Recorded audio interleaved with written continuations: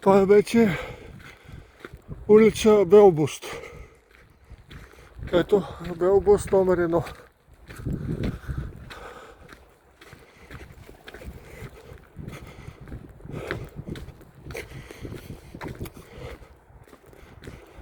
Преди доста години работих в общинско предприятие Чистота град Пловдив като контрольор качество. Тоест, контролирах метачите и сметосъбирачите. Метачите как чистят града и сметосъбирачите как дигат казаните. И през зимата отговарях за снегориите и писакарите. Това беше една от улиците, които отговарях. И преди аз, като отговарях, беше по-чисто от сега. Няма да правя критики на сегашните си колеги.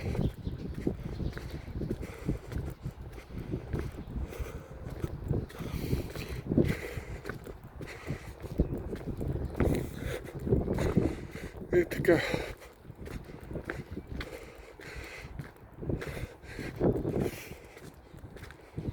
Това е много хубав квартал. Този квартал е създаден от бежанци от Егейска Македония, основно от село Горно Броди и други села в Егейска Македония. Сега ще покажа нещо малко известно в град Пловдив, които много малко хора не го знаят. Аз, когато работих в чистотата, го научих, а преди това не го знаех. Знаех, че тук е бомбоубежище, но не знаех, че това се нарича детска площадка Митко Полузов. Тази детска площадка Митко Полузов е създадена по време на комунизма. Тук имаше бомбоубежище и явно са го бутнали, за да направят този паркинг.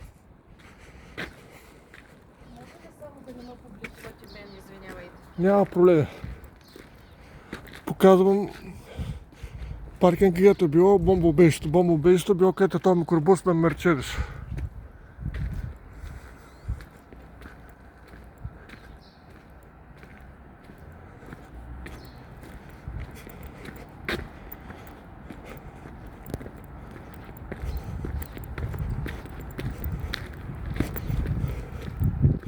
Явно са бутали бомбоубежището и си го направили паркинг. Това е нещо ново, това не го знаех. По време на демократията това бомбоубежище беше дискотека.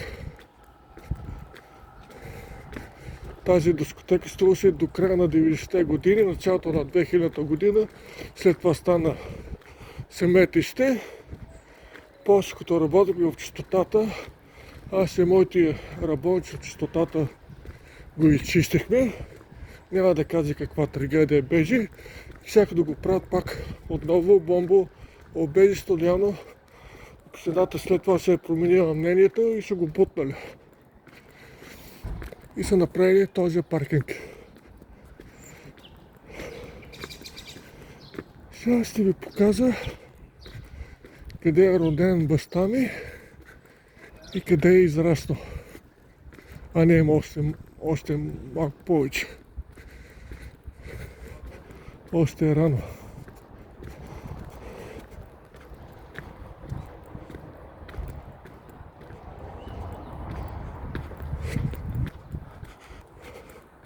Така. Ето, почти пристигнахме. Значи, както казах, този квартал е създаден от хора, които са бежанци от Горно Броди и други населени места в Егейска Македония.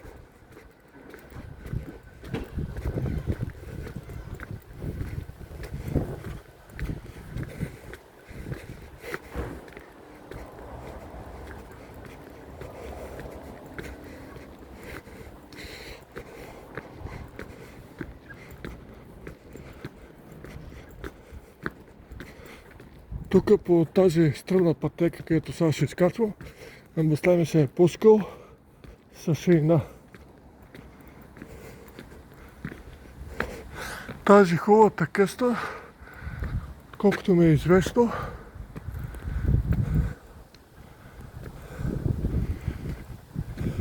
те са били 3 къщи и след това са ги купили, се бяха купили и се направили в един свищърник, който е бил към алтернативния синод. Тук е била къщата на баща ми,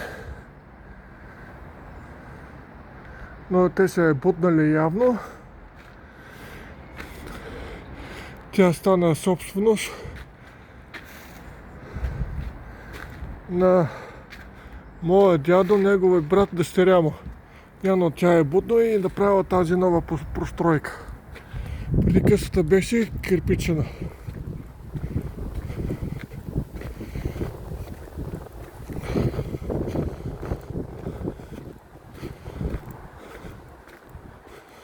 Сега ще ви покажа нещо друго интересно.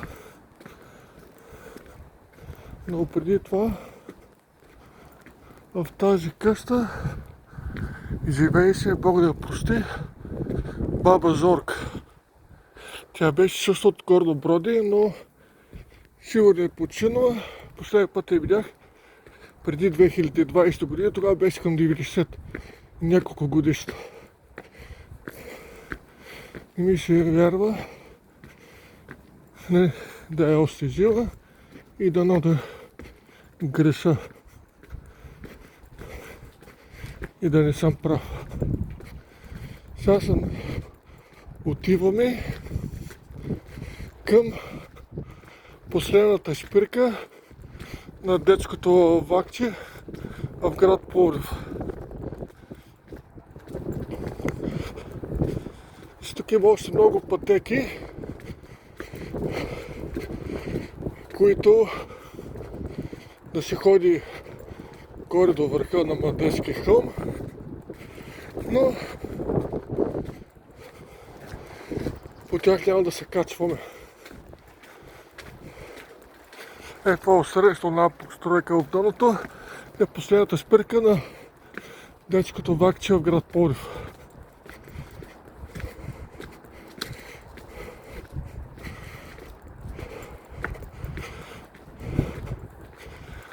Сега ще ви я показа.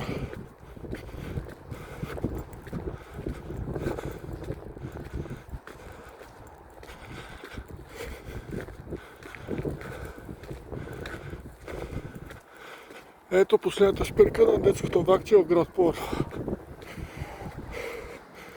Това представляло. Тук преди време имало служител, който е продавал билети от последната спирка до първата. Но вече няма такъв служител. Тук линията, където свършва, тя трябваше да продължава направо. И се сложили едни колчета. По времето на Людмила Живкова и линията ще да продължи към Алеша. Ето го Алеша. И сега направо бяха сложили колчета. От тези колчета началото на демократията си ги бутали, този проект беше изостанал. Тук имаше по-малко къща, се е бутали, после да строят тази голяма простройка. Ето, гледката в последната спирка на детското вакче. Сега се оправяме към... Пак се връщаме по същия път и се оправяме към върха на Младежки хълм. При това се върнем там, откъдето сме дошли, за да ви покажа другата част от квартала на Младежки хълм. И стигаме през едно място, което не е хубаво да го споменавам и да завезе, тъй като то е отрицателно за град Пловдив. Значи на Пещерско, на Младежки хълм, тук Тази улица граничи с булевард Пещерско шосе. На булевард Пещерско шосе има казарма. За тази казарма има една детска площадка. На тази детска площадка, съжаление, и то много голямо, се събират млади момчета и мъже, но най-вече момчета, които са неонацисти. Като съм минавал оттам, не един път съм ги засичал как се поздравяват, както на времето се е поздравявал Хайл Хитлер и викат Хайл Хитлер и дигат ръката. Както на времето те правят абсолютно също. И зад казармата, отзад, на оградата има нарисувани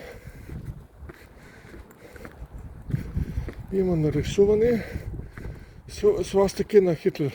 Причупения кръст. Но това е друга тема.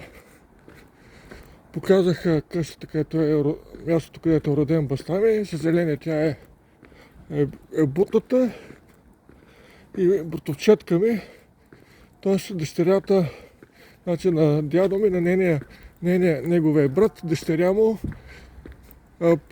както се видя, почнал да строи нова постройка. Или се е продали на попа и той го е направил.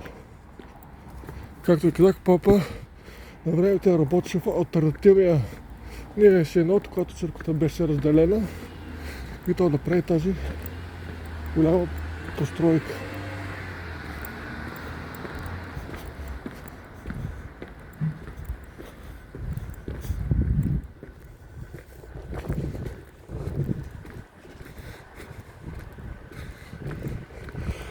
По тази улица се вижда училище Тетлеен, нейният двор на училище Тетлеен.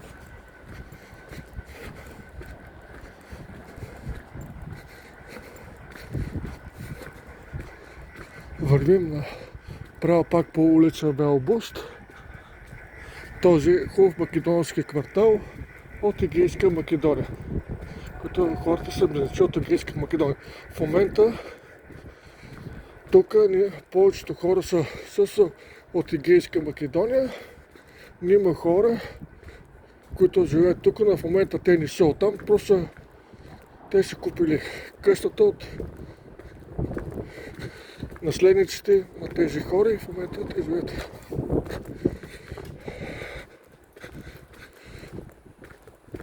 И в момента те живеят в тяхните къщи. Те са купили къщите от наследниците от Егейска Македония, и част от хората, които живеят тук, не са бежанци или кореняци, или са дошли някъде от другаде в България.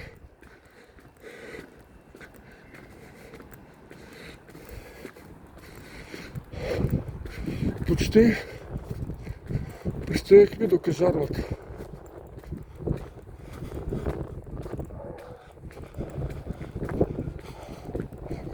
И се показва това място, което се събират неонацисти.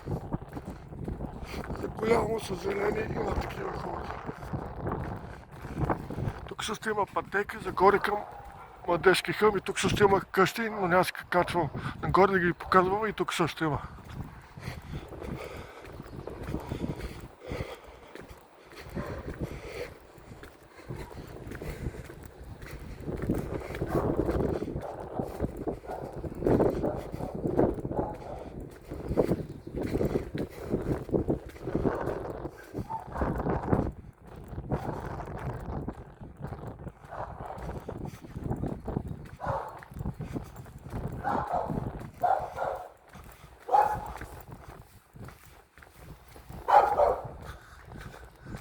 Ето е част от оградата на поделението на Пещерско шосе, където ви казах.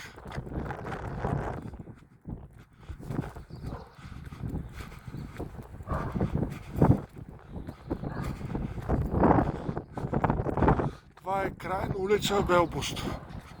Последната къща на времето, когато аз работих в чистотата,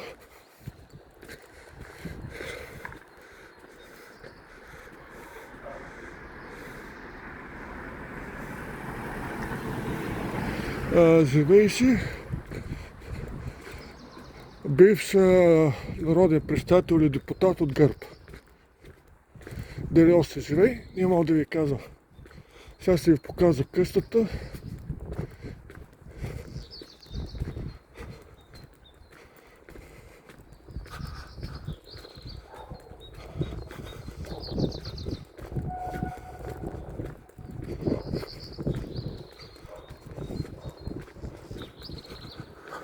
Това е къщата на бившият депутат и народен представител от ГЕРБ, когато аз работих в чистотата. Това е детската площадка, където ви споменах, където се събират неонацисти.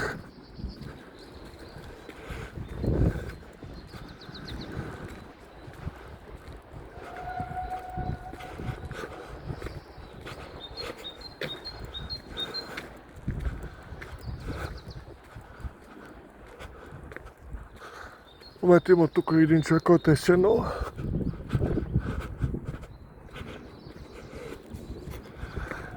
Там в далечината, където е сградата, е спирка Снежанка. Това е една от спирките на детското вакче. Хубавото, че тук се изстреля пречупените кръстове и ги няма вече.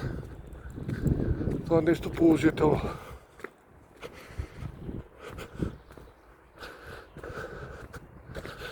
Това е детската площадка, където се събират неонацисти. За съжаление, сега младежи не ми по-голяма възраст. Това е задния изход на поделението. Сега вече отиваме към пътеката, където да се качим на върха на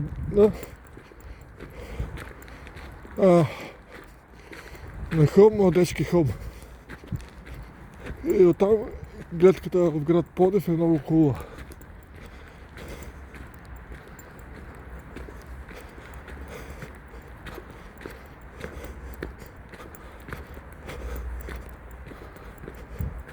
Тук е също част от оградата на военното поделение. Тази сграда, където е покрит през комунизма, това е било сградата на военното разузнаване. Поне така беше ми казал баща ми на времето, който е израстал тук. Ако нямате информация е невярна,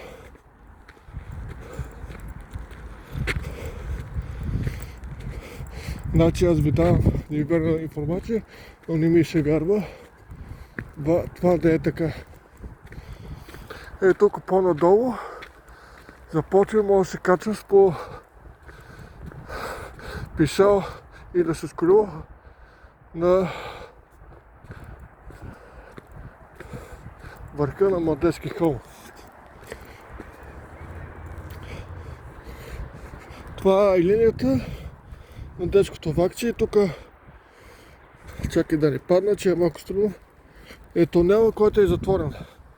Тъй като е затворен, значи детското вакче е вътре и в момента днеска не работи.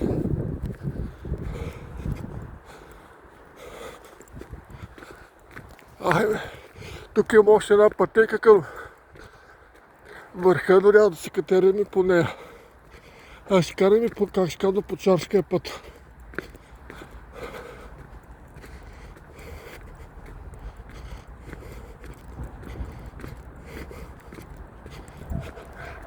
Там трябва да се качим, чакай.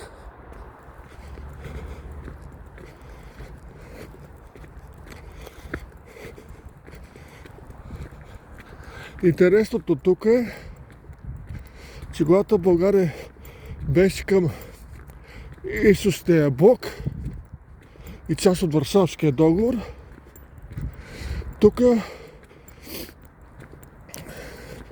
с колите или оттам, откъдето ви показах, където беше последната спирка на детското вакче, или оттам или от тук, се качвали камиони на камиона с военна техника, която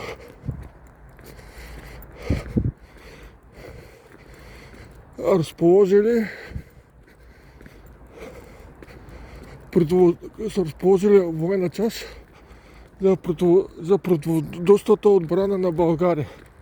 Ако евентуално НАТО нападне България и Варшавския договор, там са били разположени на времето, когато България беше част от Източния блок и Варшавския договор, противодействията отбрана на България. То преди това нещо да го направят, са направили нещо друго. Според някои източници, не знам дали тези данни са верни или не, върха на парка Младежки хълм е бил изгасен вулкан. След малко ще продължа. Това е пътеката, където се отива за последната спирка на детското вакче.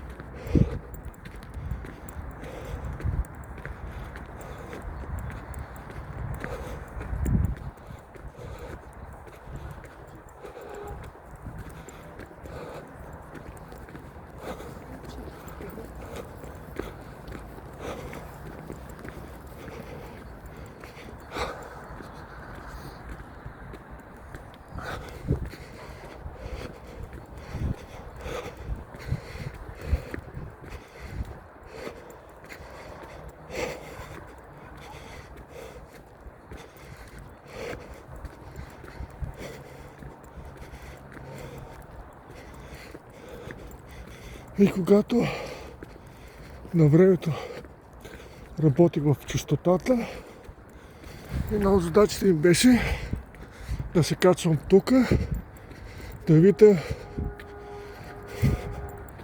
малките казани за смет. Ето един от тях. Другия е горе. Дали са пълни и дали са вдигнати. Ако са пълни и не са вдигнати, се обаждах на сметовоза, той да мине и да ги вдигне. Тогава се дигаше един път в седмицата. Сега не ми е известно. Но проза разказа, според някои данни, не знам те данни дали са верни и точни, върха на Младежки хълм е бил изгаснат вулкан. И по време на комунизма, когато иска да се направи тази противовъздушна отбрана,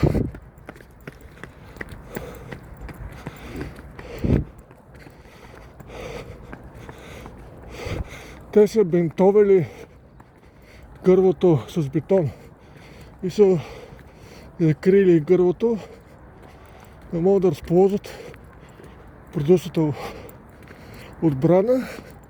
В момента той е цементирано и като идва басейн. Няма то се израз какъв е, аз така го наричам.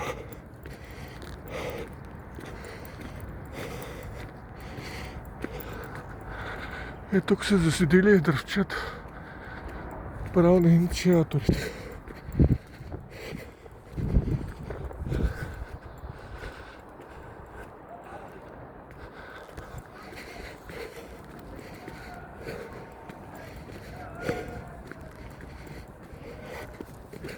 И горе на върха има мобилна станция.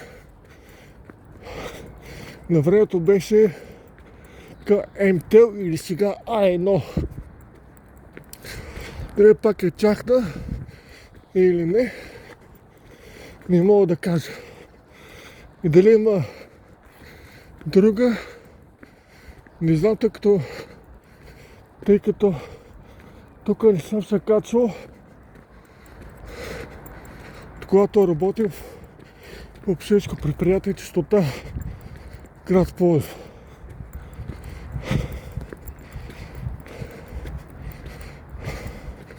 И тогава вървях над 20 км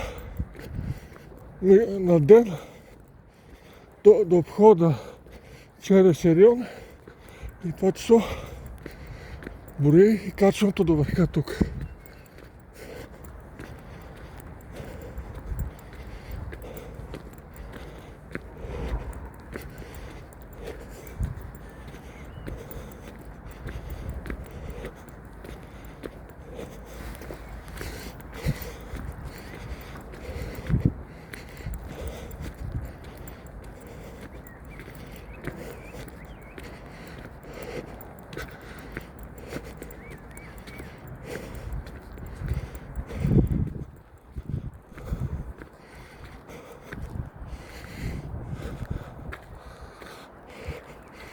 Това тук е пътеката, където започнахме нашия репортаж, където казах, ако стигна по-надолу, има причовки за наркомани и не е безопасно.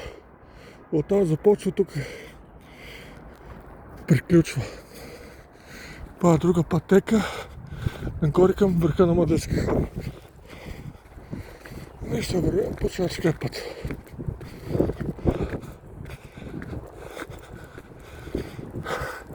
Както видяхте, има много хора от град Пловдив или от околностите, които се качват и слизат от върха. Мястото е страхотно. Сега се подножието на върха.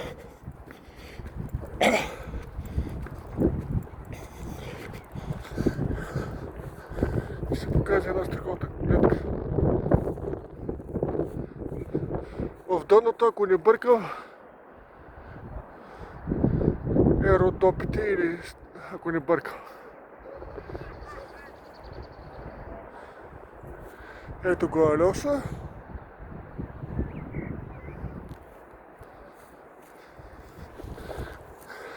И Тет Ленин училището на Пещерско шосе. Ето пак вървим продължаваме по Царския път. Извинявам се, че така говоря, но се запъхтях. Запъхтян съм. Все пак те, които ме следят от началото на моите излъчване тук, бех казал, вече минаха 5 години и нещо тогава.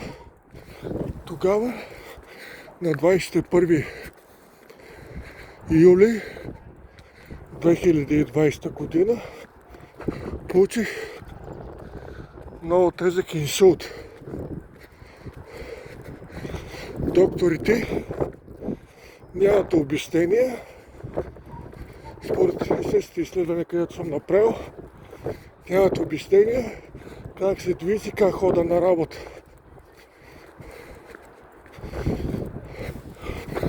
И се очудват колко добре разсъждавам след прекарания инсулт. Е тук дървчетата, където ви показах отдолу, стен ги отгоре. Който го направил добре момчетела.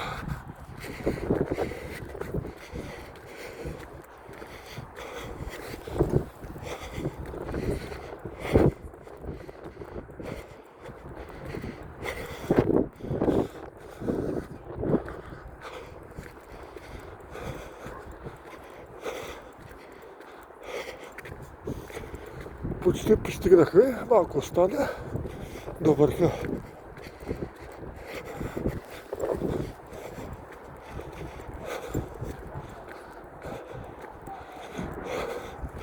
Тук с кола трудно се качва, защото има началото на пътеката, където ви показах къде да почва. В дъното не ви я показах нея. има бариера с катинар, който се заключва.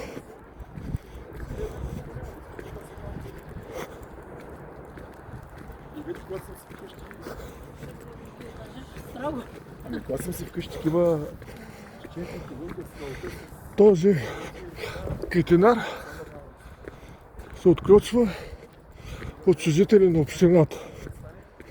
Например, шофьора на сметовоза, който се качва нагоре, има ключ да може да се качи горе, да отдигне на рибокук.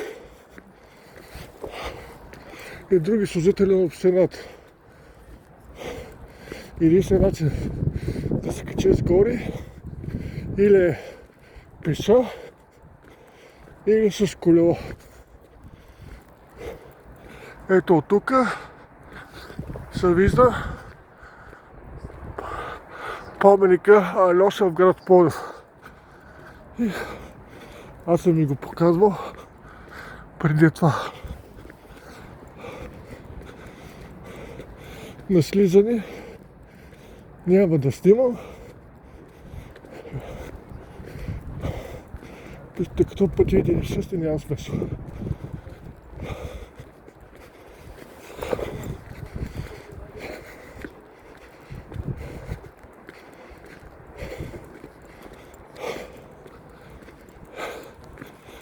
Доста си изморих. Извинявам се още един път, че така съм запехтян. За да моето здравословно състояние, като ви казах преди малко, е нормално. Но трябва да се правят някакъв вид жертви за вас, любими зрители и слушатели.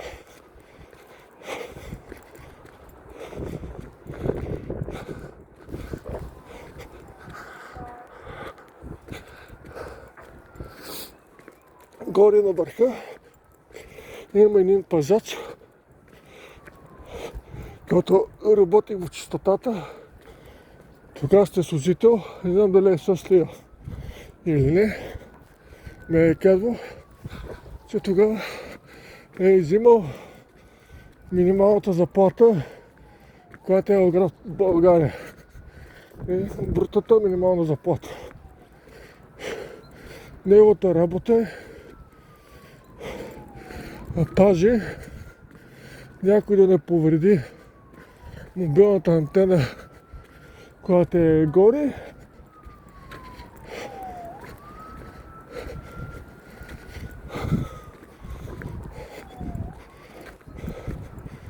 И да пази върха чист и да няма пожари и други подобни работи.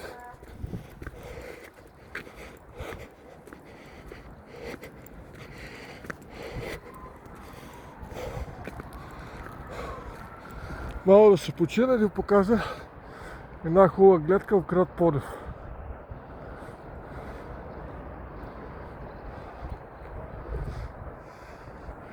Там трябва да се качим, още много малко остава.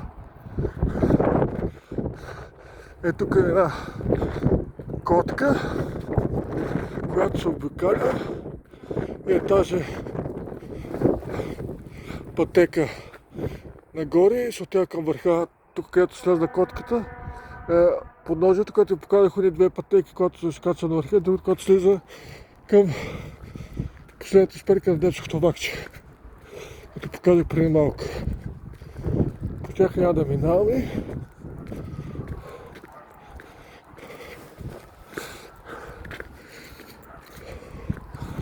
Не може да стигнем по-бързо горе на върха по централния път, както се казва, по царския път.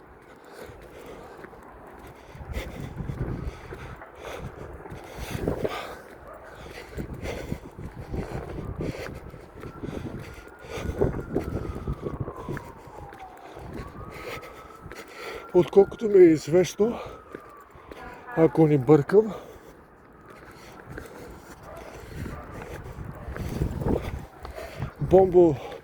по убежищата е забранено да се бутат. Но явно са намерили някаква вратка. Община Пловдив и общинските съветници на града е да бутат бомбоубежището на детска площадка Митко Полузов, сега където е паркинг. Това е началото на клипа, където ви го показах. Той са ли са променили закона да стане закона, или са нарушили закона. Това няма как да го проверя и да видя дали е така или не е така.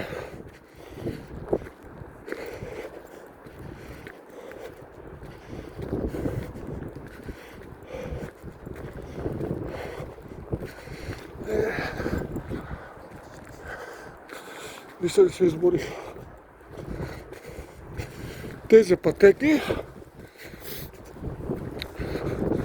също са правени от работещи от общинско предприятие парки и градини.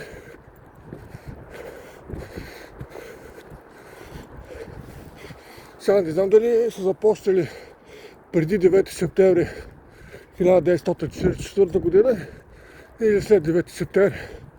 Тази подробност не е знам. Кога са започнали да се правят пътеките тук.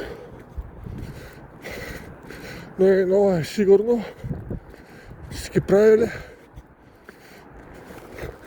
работещи на паркови градини. Ето още гледка и в момента това нещо се поддържа от работещите на паркови градини. Град Пловдив в момента не е толкова чисто и така нататък. Тук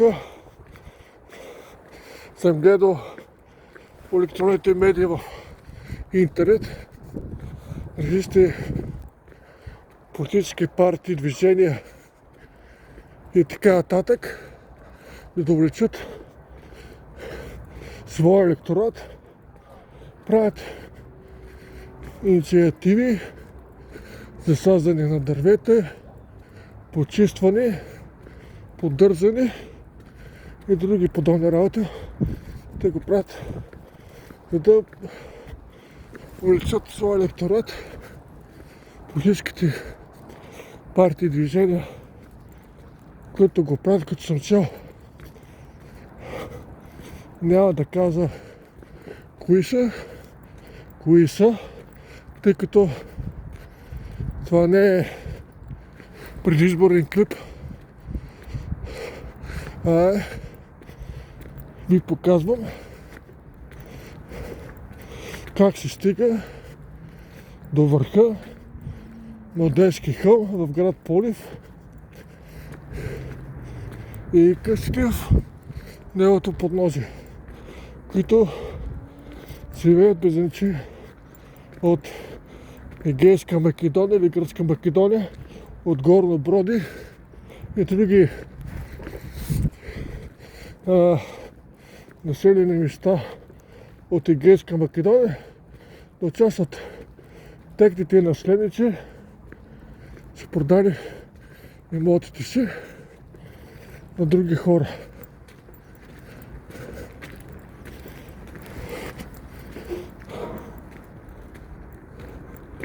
Ето още една пътека, че качва нагоре. Тук е завърши, като ви покажа последния път. И аз имам намерение в далечното бъдеще, ето още една пътека, стигне по-бързо догоре до върха, не трябва да се качваме и познай по чашки път.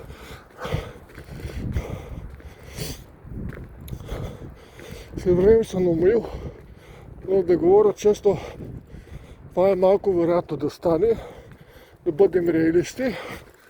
Съм решил, че ако достатъчно средства и възможности, бих искал да купа къщата, където ви показа, където е роден баща ми, където в момента се е бутали и строят. Защо та къща не е наша? Значи баща ми по време през комунизма имало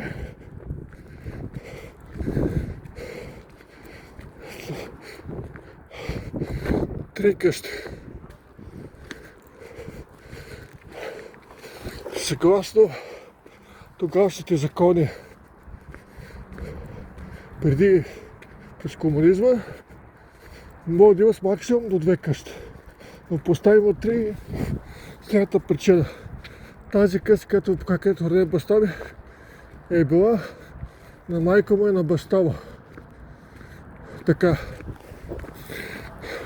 Другите два апартамента, един е бил негов, другия е бил на сестра му. Сестра му умира, когато е била малка и няма наследници, и родените родители остават апартамента не на баща ми. Така той подобил това имот. Когато неговите родители умират, тази къща, като той роден ви я показах, е наследял от родителите си и по този начин стават от 2-3 имота.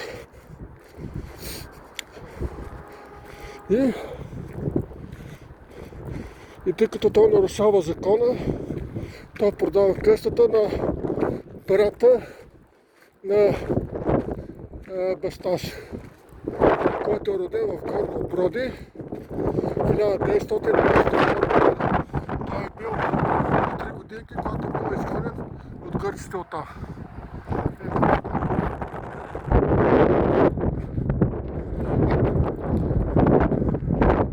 Той не се усетил на времето, че тази къщата може да прихвърли или на мене, или на брат ми. И сме тогава сме били непълнолетни. По този начин да я спаси. Имало такава врътка, от той я научава много след това, когато я продава. Ето, пристигнахме върха на Младежки хълм. Това е басейна, където ви говорих. Тук е било гървото на вулкан, където са го зазидали с чемет. Ето неговото състояние в момента, оттам се слиза. Тук е било разположено противовъздушната отбрана на България, когато сме били към Варшавския договор. Ако евентуално страни членки на НАТО тогава, ако нападне България Варшавския договор и помадърт, не може да се защитава.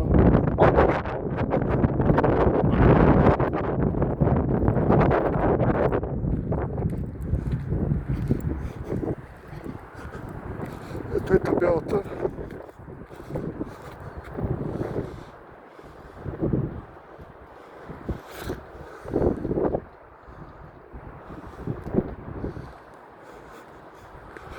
Ето е билата антена. Това е кулата за върха. Вижте каква страхотна клетка е тук.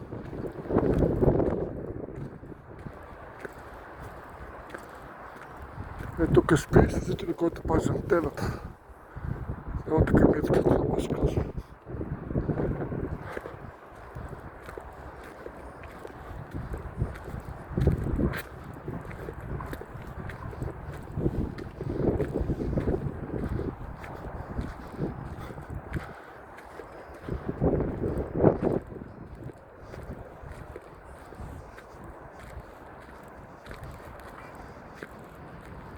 От тук се вижда целият град.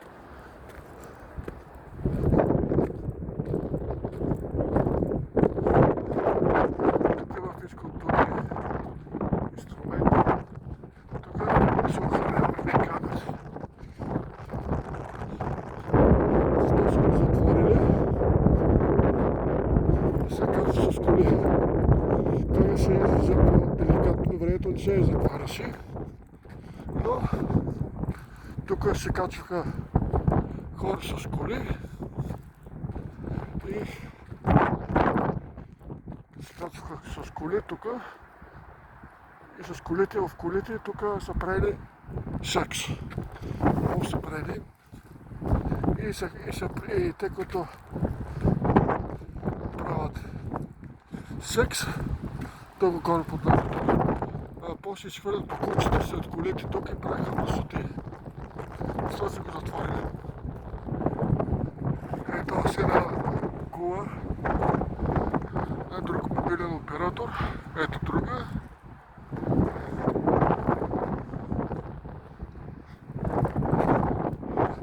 Тук може да качите и да снимате цялото.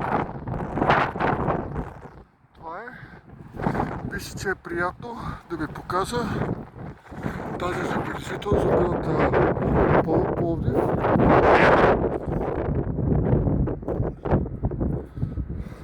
На град Пловдив, върха на Младежки хълм. Това съм преди време съм публикувал снимка. Тази беше запълнен, как са разположили противовъздушната отбрана. Може да го намерите в мои предишни публикации. Как е било по време на комунизма и как е изглеждало.